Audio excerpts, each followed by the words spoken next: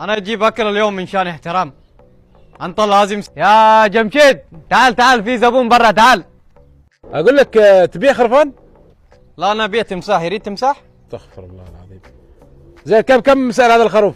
هذا خروف 8000. اوف 8000 ليش غالي؟ هذا خروف اجنبي، هذا محترف.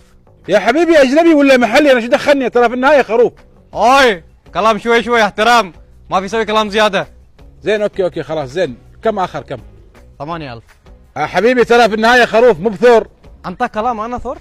لا يا اخي انت تدور مشاكل، انت حرامي انت. ايوه انا حرامي. لا والله. انت يريد خروف لا ما يريد؟ لا خلاص شكرا يعطيك العافيه. شكرا.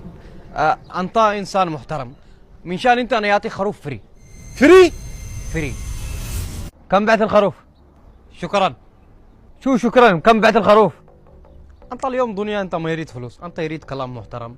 هاك فلوس كشره، يعني بعت ببلاش؟